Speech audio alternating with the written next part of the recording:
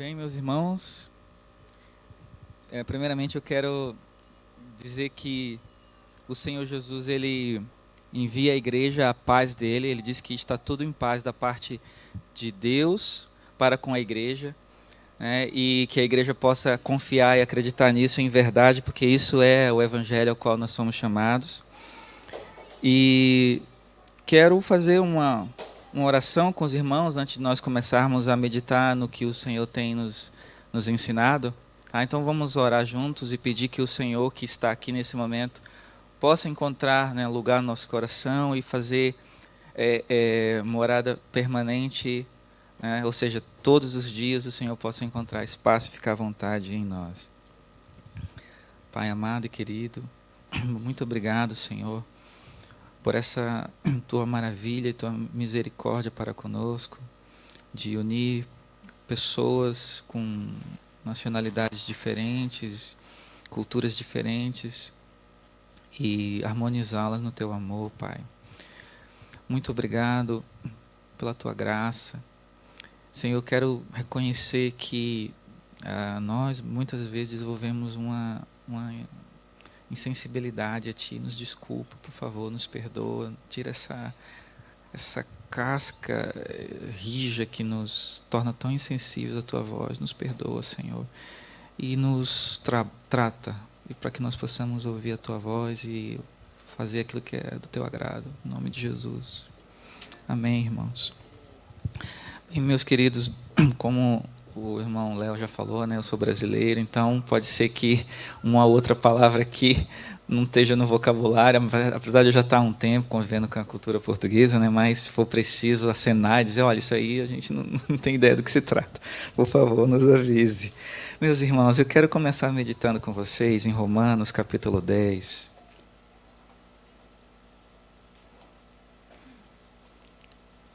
No versículo 9.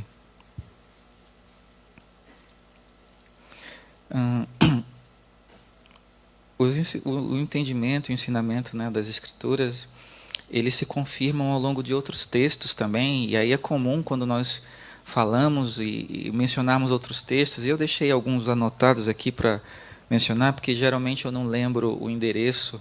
Eu tenho até uma Bíblia que ela tem a chamada Bíblia de Jerusalém, não sei se os irmãos conhecem, que a numeração dos versículos às vezes diverge dos versículos da Bíblia, digamos, entre aspas, mais difundida. Então eu realmente não consigo decorar muito onde está alguns dos endereços dos versículos. Mas eu deixei anotado aqui para o caso de né, nós acharmos oportuno falar. Então esse versículo é possivelmente bastante conhecido da igreja e muito utilizado para fazer evangelismo. Né, é meio que parece até uma fórmula, uma receita de bolo, né? E diz o seguinte, diz assim: se com a tua boca confessares Jesus como Senhor e em teu coração creres que Deus o ressuscitou dentre os mortos, serás salvo. No 10 diz, porque com o coração se crê para a justiça e com a boca se confessa a respeito da salvação. Então, para começarmos a falar sobre aquilo que eu tenho buscado a partir do que o Espírito de Deus procura nos ensinar, e eu tenho buscado me orientar com os ensinos dele e digeri-los e inserir no meu coração e fazer disso um nutriente que vira sangue, depois vira ato, né, através do corpo. Antes de falar desse ensino, o Espírito de Deus ele tem falado conosco, com a igreja, já falando com alguns irmãos, eu tenho percebido isso, para nós prestarmos atenção um pouco no nosso entendimento, né, na nossa mente. E às vezes nós não entendemos alguns mecanismos, algumas dinâmicas aos quais nós somos submetidos sem perceber. Né? Nós estamos dentro de uma sociedade e temos alguns princípios que nos são ensinados com boa intenção, né? Então, por exemplo, nós, quando crianças, somos educados, e aí daqui a pouco temos um ensinamento que nos diz assim, não, olha, você tem que ser alguém na vida, né? Então você tem que estudar, você tem que estudar, trabalhar para conseguir conquistar o que é seu, para conseguir dar um conforto à sua família, e a priori não tem nada mal nisso, né? Só que quando o nosso entendimento, nosso pensamento é demasiadamente exposto a um padrão, né, nós obedecemos um padrão repetitivo de ensino, né, nós acabamos assimilando alguns princípios. E depois, quando nós vamos para o reino, pode ser que alguns dos entendimentos que estão enraizados lá no nosso inconsciente, no nosso subconsciente, esses entendimentos podem fazer um bloqueio que nos impede a nos apropriarmos dos benefícios do Evangelho, dos benefícios de Deus. E às vezes nós ficamos achando que temos que seguir uma receita assim, uma receita assado, nós precisamos fazer alguma coisa, poxa, nós nos sentimos apáticos, muitas vezes são problemas que estão enraizados na nossa forma de entender, de enxergar e de ver o mundo, e nós não conseguimos nos apropriar do Evangelho e dos benefícios que ele nos dá.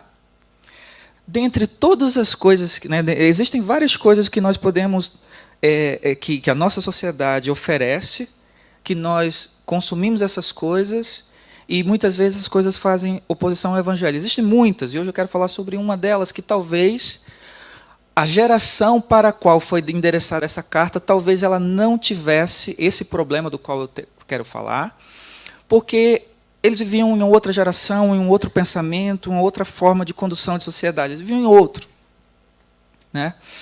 E Paulo fala assim, se com a tua boca confessares a Jesus como Senhor. E aí Paulo toma emprestado algo que para nós, hoje, a sociedade que nós vivemos hoje, principalmente aqui no Ocidente, nós temos que fazer uma desconstrução muito grande no nosso entendimento para começar a entender o que é que o apóstolo Paulo queria dizer. Ele tomou emprestado um elemento daquela sociedade que já existia, que já era comum, em que ele não precisava parar para escrever um livro inteiro para tentar comunicar àqueles irmãos o que ele queria dizer com a palavra Senhor.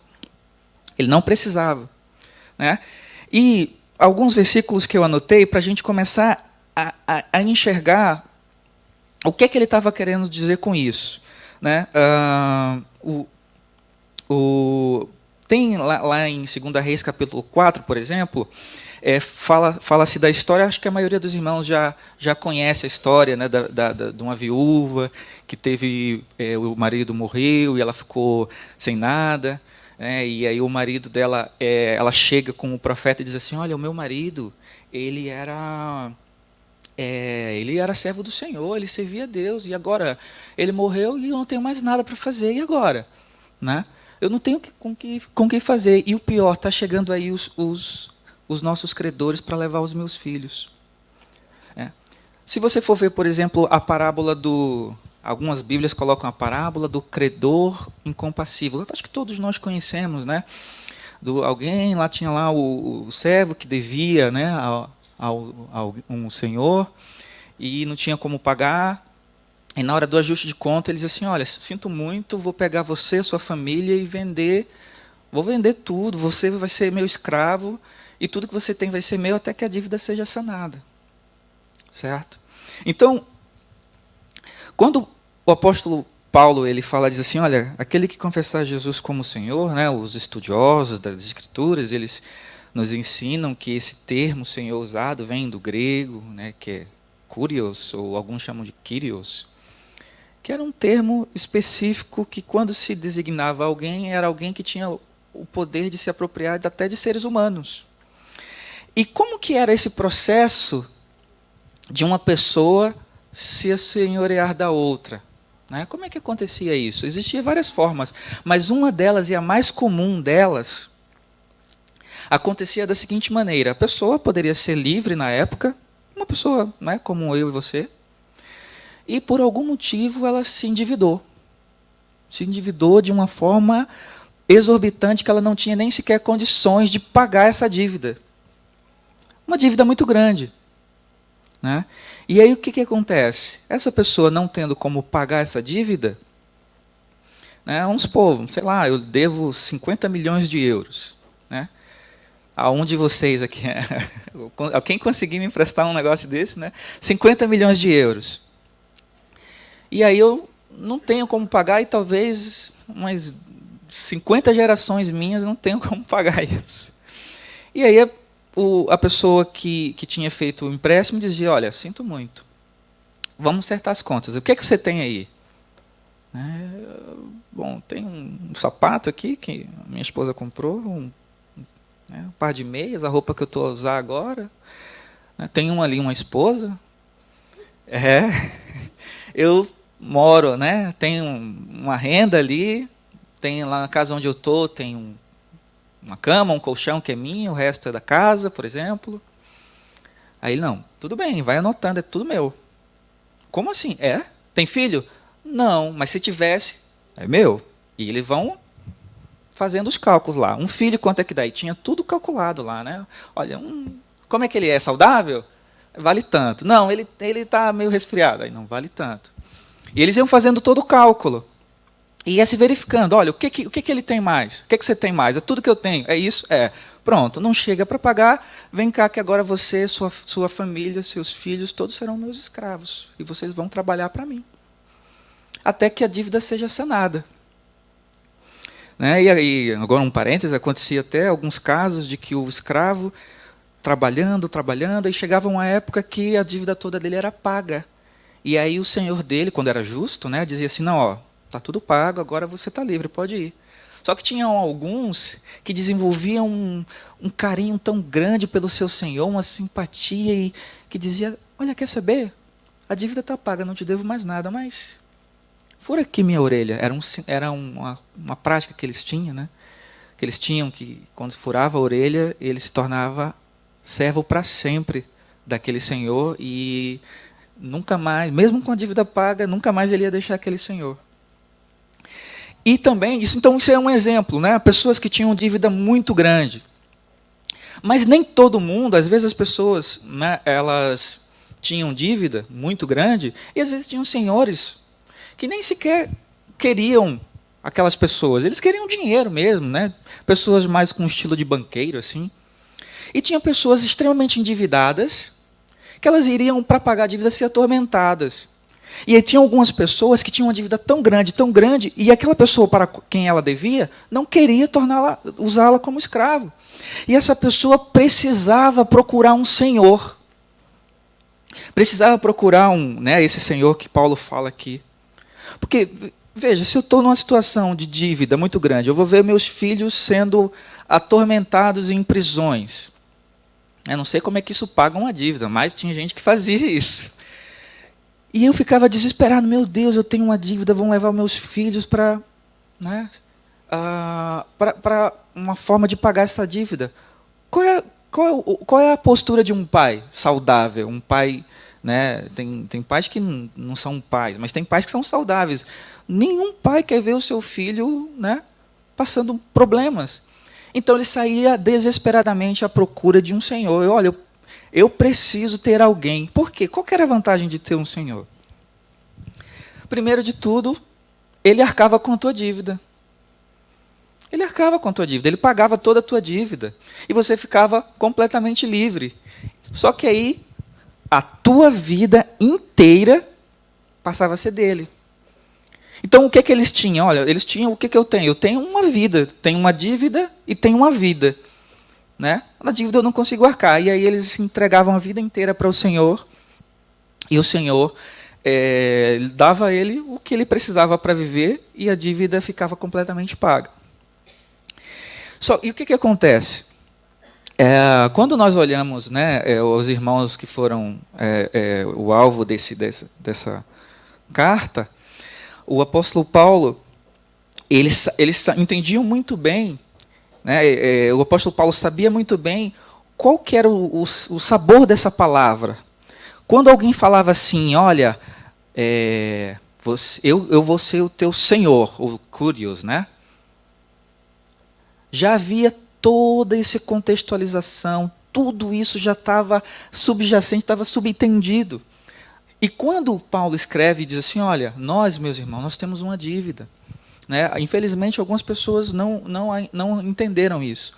Mas você e eu, que nós estamos aqui, com as nossas limitações, com as nossas falhas, gente, quem consegue convencer uma pessoa de que ela é falha? Quem aqui já orou alguma vez dizendo assim, poxa, eu sou falho, eu queria ser melhor, eu queria ser mais parecido com Jesus. Quem consegue convencer um homem a falar isso espontaneamente para Deus em oração? Quem de nós não está há muito tempo, por exemplo, eu queria tanto que o fulano, que o ciclano, poxa, que ele reconhecesse Jesus, que ele reconhecesse que ele precisa de Jesus. Né? E às vezes nada acontece. Então, quem convence de que nós temos uma dívida é o Espírito Santo. Você é alvo do Espírito Santo. Não tenha dúvida disso. Não deixe o inimigo colocar dúvida no seu coração. Então você foi atingido pelo Espírito Santo. Você foi convencido de que você tem uma carência, uma necessidade. E essa necessidade não pode ser suprida por nenhum recurso dessa terra. É um escrito, Paulo usa muitas analogias, né? Um escrito de dívida. Existe uma dívida registrada, vocês falam registrada, né? Uma dívida lá registrada. Uma forma de comunicar para nós que toda a maldade, as invejas, as ações que nós fazemos debaixo do efeito da inveja, as fornicações, os desejos desequilibrados que causam destruição na vida do nosso semelhante, do nosso próximo, tudo isso foi registrado. E nós temos uma dívida do ponto de vista legal que precisa ser sanada. E nenhum tipo de benefício que nós pudéssemos fazer pode desfazer o que já foi feito no passado, que é a nossa maldade. Nós tínhamos uma dívida. E todo ser humano, no dia que Deus for passar o pente fino, mesmo aquele que se ache o mais correto, vai ser evidenciado que ele agiu debaixo do efeito de uma maldade, de uma perversidade, de um egoísmo, que causa um desequilíbrio na criação de Deus, que ofende o Criador, né? E o tamanho daquele que é ofendido é muito grande, portanto, a menor das ofensas se torna muito grande. Então, todos temos dívidas, todos precisamos de um Senhor. E o nosso Senhor Jesus Cristo, ele quando veio, né, e morreu por nós, ele não tinha nenhum erro, não tinha nenhum pecado, não tinha nenhum equívoco, mas a condenação da morte só se aplica para quem tem o equívoco, para quem tem o erro, para quem cometeu o pecado. A Bíblia diz o salário, a recompensa do pecado é a morte. Né? Então, o Senhor, para poder arcar com a dívida de alguém, ele tem que ter condições. Ele não pode estar endividado para poder arcar com a dívida de alguém. E o nosso Senhor, ele não tinha nenhuma dívida do ponto de vista do pecado. Pelo que quando ele morreu, e isso foi verificado, isso foi avaliado, o apóstolo Pedro nos diz que não era possível aos grilhões da morte segurarem, reterem o nosso Senhor. Não era possível. E os grilhões foram quebrados. Deus olhou e julgou, disse, olha, realmente não há nada que justifique a morte dele, mas houve morte. E agora, onde estão os pecados que vão agora equilibrar a balança? Onde estão os pecados que deveriam ter sido a causa da morte do nosso Senhor Jesus? Ele não teve nenhum. E aí ele se tornou... Aí a primeira coisa que o nosso pai fez foi, primeiro de tudo, tem alguma coisa errada aqui, ele não deveria estar morto. Ele não deveria ter sido cortado, né, como dizem as Escrituras, o seu nome cortado da terra dos viventes, dessa dimensão que nós estamos. Está errado isso. Antes de a gente apurar isso, vamos ressuscitar. Então ressuscitou. Pronto. Jesus ressuscitou. Já morreu e ressuscitou. Agora vamos lá. E agora? Vamos ver. Cadê as dívidas desse aqui? Cadê o pecado? Cadê o equívoco, o erro? Não há. Não há. Nele não há. Não houve nenhum erro, nenhum equívoco, nenhuma transgressão, nenhuma. Mas ainda assim isso não apaga o fato de ele ter sido assassinado e morto. A balança ficou desequilibrada. O salário do pecado é a morte. Tem uma morte aqui, mas cadê o pecado? E tudo foi um plano maravilhoso de Deus para se tornar o nosso Senhor. Não havia pecados. E aí ele ressuscita. Aí ele chega assim e diz assim, olha, para os apóstolos, eu tenho que ir. Ah, não, não vai não, fica aqui com a gente. Não, eu tenho que ir. Se eu não for, o Consolador não virá. Mas se eu for, eu rogarei ao Pai, e Ele vos enviará o Consolador. E eu quero abrir um parênteses aqui, eu não sei se tem essas práticas aqui, mas tem, em alguns lugares no Brasil, tem um pessoal que diz que determina, né, as coisas, e chega com Deus e diz assim, está aqui, ó, está escrito aqui, ó, tu és obrigado a me dar. Você é obrigado. E eu já vi gente dizer, não, coloca Deus na parede. Porque e olha só como é assim, é baseado nas Escrituras. Né? Ele não nega a promessa dele. Se ele prometeu, ele vai lá e vai fazer. Né? Então, se está escrito aqui, ele é obrigado. Foram enganados, eles não entenderam como é que funciona. Mesmo quando Deus promete, nós não temos o direito de pressioná-lo. Quantas promessas Deus não fez acerca do Filho, né? Quem foi que veio com essa ideia de Jesus se apropriar das promessas acerca dele para a bel prazer se beneficiar das promessas? Né? Parece muito que é do reino, parece com as Escrituras, mas não é. E aí Jesus tinha a promessa do Espírito, só que ele diz assim, eu rogarei ao Pai. Rogar. Aí vai ver o que significa rogar, a palavra que ele usou. O Filho amado, acerca de quem o Pai disse assim, olha, tudo que ele pede eu dou. Eu gosto tanto dele. Esse aí, ó, ouçam a ele. Este é o meu Filho amado, ouçam a ele. Tudo que ele pede eu dou, porque ele é certo em tudo. Esse daí, ele disse que teve que rogar, clamar. Rogar significa clamar insistentemente. Aí ele disse assim, ó, veja, isso foi um parênteses que eu abri. Então ele fechou o parênteses agora. Ele chegou lá e disse assim, ó, vou rogar ao Pai e ele vai andar o Consolador. Tá? Então, nós estávamos falando da ressurreição do Senhor Jesus e da dívida. E aí ele chega lá, roga e vem o Espírito Santo. Ele ainda tinha direito de viver aqui nessa dimensão, nosso Senhor Jesus. Mas ele disse, não, eu vou para lá, para outra. Eu vou lá com o Pai, vou ficar com ele. Quando eu chegar lá, eu mando o Espírito. Mas o Espírito é carne? Não é. O Espírito não é carne. O Espírito é Espírito, não é físico. Né? E o Espírito vem para ficar aonde? Em nós. Quando o nosso Senhor Jesus Cristo ele sai dessa dimensão e vai para o Pai, Jesus Cristo, nesse momento, ele tem aqui nessa terra, nessa dimensão, ele nesse momento que ele vai para o Pai, ele está na terra? Não, ele está no Pai.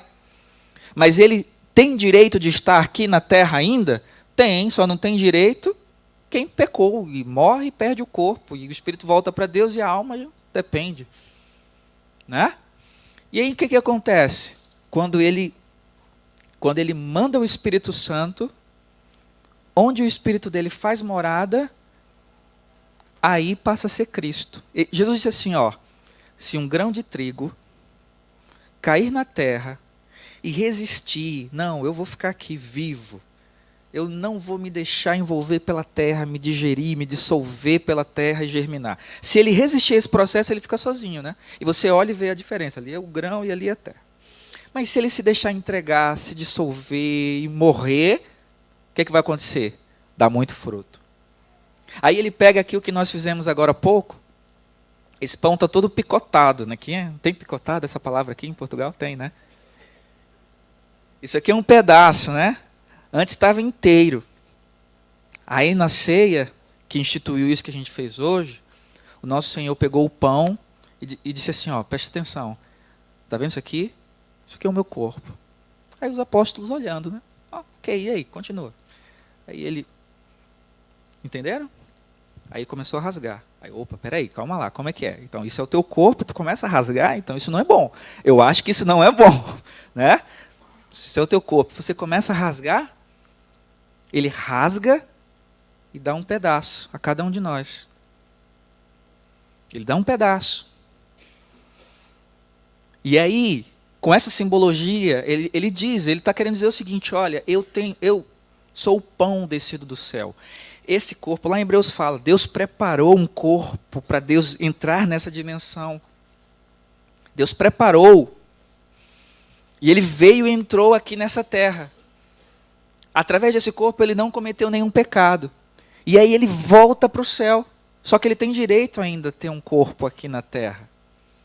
E quem é o corpo dele? É onde o espírito dele ia habitar. Antigamente só tinha um corpo, que era o corpo que Deus preparou para ele vir. Nesse corpo estava o Espírito Santo de Deus. Pleno, o verbo condensado dentro daquele corpo. Algumas pessoas tinham essa revelação, tocavam nisso e ficavam cheios de cura. E aí ele manda o Espírito Santo. E aonde o Espírito Santo entra,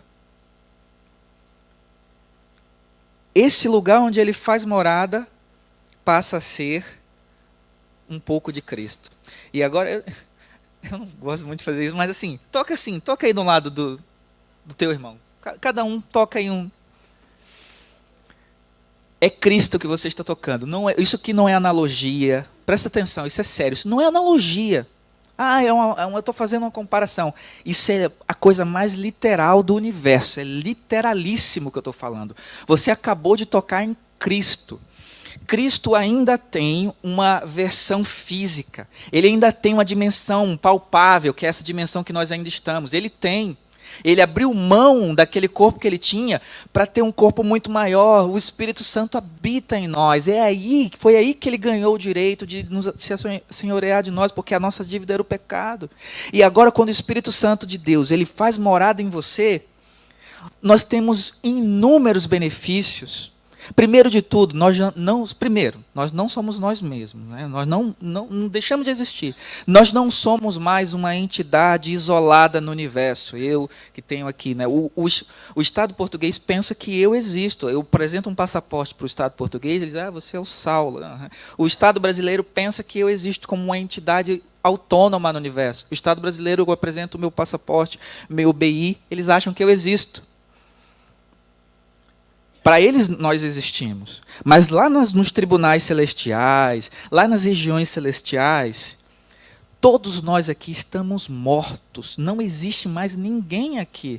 O que existe são membros de Cristo. Um dedinho de Cristo aqui, um olho de Cristo acolá. E isso é a coisa mais literal. Nós somos o corpo de Cristo. E o Espírito dele entra em nós. Quando o Espírito dele entra em nós já não vivo mais eu, mas Cristo vive em mim. Porquanto já não há mais condenação àqueles que estão em Cristo Jesus. Não há mais condenação. O Espírito Santo faz morada em nós, deixamos de ser nós mesmos. E nesse momento, nós temos pecado, nós somos falhos. Todos nós somos pecadores. Cometemos pecados, cometemos. Quando existe essa mistura de Cristo conosco, para onde vão os pecados? Vai para a conta dele. Ele fica sujo, porque nós não existimos mais, morremos. Tá, e os pecados? Veja, esse dedinho aqui era eu, cometi vários pecados, agora esse dedo está no corpo de Cristo. O justo pelos injustos, aquele que não cometeu pecado, ele fez-se pecado por nós. Eu estava conversando com meu irmão ontem, o Anderson, nós estávamos falando sobre isso, que Paulo, que mais conhecia da lei dentre os apóstolos e mais entendeu da graça, ele tinha rodeios para falar alguma das implicações da graça, ele tinha medo de falar, às vezes porque poderia causar, ele tinha que justificar tudo que ele falava, ele dizia assim, olha, Jesus, ele foi tido por maldito. Você falar isso perto dos apóstolos, de Tiago, falar perto de Pedro, o que é isso? Aí ele justificava, não, olha, foi tido por maldito. Pois está escrito, maldito todo aquele que for pendurado no madeiro. Jesus pecou? Não no primeiro corpo. Precisamos falar do Evangelho tal como ele é, para que nós possamos ser escancarado e que nós possamos nos converter ao nosso Senhor plenamente. Jesus no primeiro corpo não pecou, mas do ponto de vista legal, para todos os efeitos legais lá nos tribunais celestiais, Jesus peca quase todo dia, para não dizer todo dia. Como é que vocês acham que nós vamos ser salvos? Deus não tem o justo por injusto, não. Não existe esse negócio de Deus assim, vou fazer vista grossa. Não, ele não pecou, não. Não existe isso. Tem que se dar um jeito legal na dívida desses escravos. Deus não, ele mesmo fala. Ele resolve as coisas legalmente. Se fosse possível, você acha que Jesus ia passar o que passou? Não, tem que se resolver de forma legal. E a forma legal dele, sabe qual é? Jesus pecou. Gente, toda vez que nós pecamos, Jesus peca. Jesus peca. A diferença é que no primeiro corpo ele não pecou, mas o Espírito dele habitando em nós, nós somos membros do corpo dele. Nós não existimos mais, estamos nele. E quando nós pecamos, do ponto de vista legal, lá nos céus, é Cristo quem peca. A sorte é que, qual é o salário do pecado? E ele tem um certificado. Aí toda vez ele puxa um certificado. O que é que o João diz para nós lá? Filhinhos, não pequeis. Todavia, se pecardes, sabeis que tens o quê? Tendes um advogado. O que é isso? Pecou? Não queria pecar. Poxa, pequei. Aí Jesus chega e puxa o certificado dele. Ó. Pega aqui, vai lá perante o justo juiz, né? Pai, eu pequei. Né? Foi um membro do meu corpo que pecou. Para todos os efeitos, eu que pequei. Um membro não tem vontade própria, né? Não deveria, né? Aí ele está aqui o certificado. Ó. O que eu precisava morrer? Porque uma morte é suficiente para todos os pecados cometidos através do corpo. Uma morte. E ele apresenta, está aqui, já morri. Já morri. E é aí que está a nossa salvação. Então e aí quando nós entendemos que o nosso Jesus Cristo, Jesus ele é o nosso Senhor, quando nós compreendemos que Jesus é o nosso Senhor, primeiro nós temos que estar claro qual foi a dívida que ele pagou. E ele não pagou pela metade, ele pagou integral. E agora, nós precisamos começar a meditar nisso e desenvolver isso em nós para começarmos a viver sob o efeito disso e decidirmos se nós queremos ser daqueles escravos que depois que a dívida está paga a gente vai embora, sai dos domínios do nosso Senhor, ou se a gente opta por ser daquele escravo que depois que percebe que a dívida está paga, a gente diz assim, sabe que, não sei dizer, a gente no Brasil, pelo menos na região do Nordeste, tem uma palavra, um chamego, não sei se existe essa palavra aqui. Sabe que tem um chamego, tem um negócio. Poxa vida, gente, antes de você conhecer, ele já te conhecia. Pense nisso. Pense agora você dando seus primeiros passos quando você ainda era um bebezinho.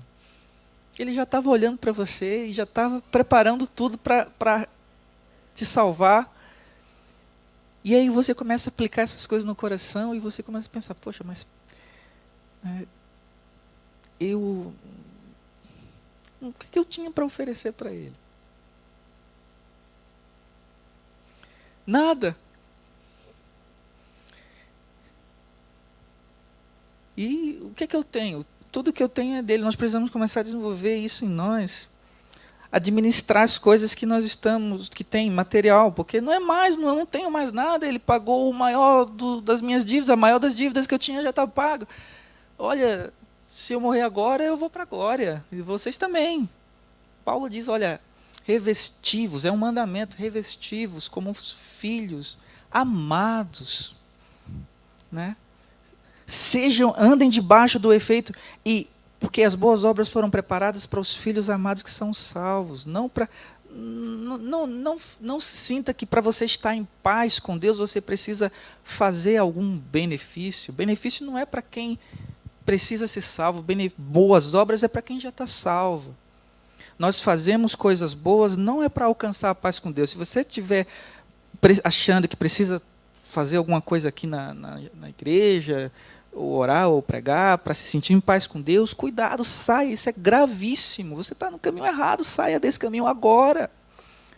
Isso aí você está perdendo a salvação com isso. Nem teve, se pensou assim a vida toda. Não tem. É graça. Pela graça sois salvos, isso não vem de vós, é mediante a fé. Graça, estão salvos. Essa é a boa notícia. Eis que vou fazer uma obra tamanha no meio de vós que se alguém vos contar, vocês não vão acreditar. É isso. O quê? Eu estou salvo. Como? Ele morreu e ressurgiu. E agora, pela fé, o Espírito dele faz morada em mim, e eu já faço parte de um corpo.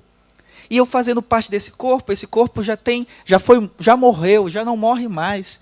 O corpo do qual nós fazemos parte, para todos os efeitos legais, ele já está morto. Ele já está morto. Não tem mais como matar um corpo que já está morto.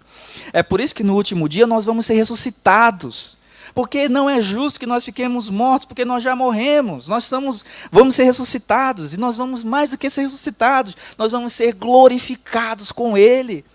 Porque aprove a Deus, além de pagar a nossa dívida, nos dá bens. Esse é o melhor Senhor de todos. Portanto, meus irmãos, o que nós temos agora aqui são apenas recursos que nós temos que administrar com sabedoria, para que os pilantras querem pegar, a gente vai e protege os recursos. Não, sai fora, isso aqui não. Mas quando nós identificarmos, não, isso aqui tem a ver com o reino, liberalmente está aqui os recursos para o reino. Porque não temos mais nada mesmo. Se eu insistir em achar que eu tenho alguma coisa, então eu não tenho parte com aquele que eu digo ser o meu Senhor. Portanto, meus irmãos, esse é o evangelho da graça de Deus para nós. Estamos salvos em Cristo, temos o nosso Senhor e andamos nas obras que Ele preparou para nós. Então, Ele é o nosso Senhor, pagou as nossas dívidas, tudo que nós temos é dEle, e o que de mais precioso nós poderíamos ter, Ele nos deu, que é o pagamento da dívida eterna. Amém? Pai amado e querido e santo, Senhor, nós queremos clamar a Ti, pedir a Ti, Senhor, que o Teu entendimento, o entendimento que cura, Senhor, desça até o nosso coração, a nossa alma, que vire ato, vire ação, vire sangue, Pai, em nome de Jesus, vire encarnação o Teu ensinamento, não fica só no campo intelectual, Pai, em nome de Jesus. Em nome de Jesus, que nós estimulemos uns aos outros ao entendimento que Tu tem trazido à Tua igreja, que nós venhamos encarnar o Teu entendimento, a tua compreensão, que nós possamos ser curados através do entendimento da Tua palavra, Pai. Vivifica a igreja, enche ela do Espírito Santo, enche do poder, perdoa os nossos pecados, Pai, e tira de nós, Senhor, as desavenças, os equívocos, as perdas de tempo, de um brigando com o outro, Pai, tira isso do nosso meio, e que os nossos olhos possam ver claramente o impacto do que Tu fizeste por nós na cruz, Pai. Cura-nos como igreja, limpa-nos, que o Senhor venha, Senhor, venha, Pai. Nós queremos que mais pessoas sejam alcançadas por essa compreensão, mas também nós pedimos que o Senhor venha e instale o Teu reino na terra de vez, a partir dos nossos corações, e venha nos buscar. Vem, Senhor Jesus, vem buscar a igreja em nome de Jesus Cristo. Amém, Senhor Deus. Amém, meus irmãos. É isso, meus irmãos.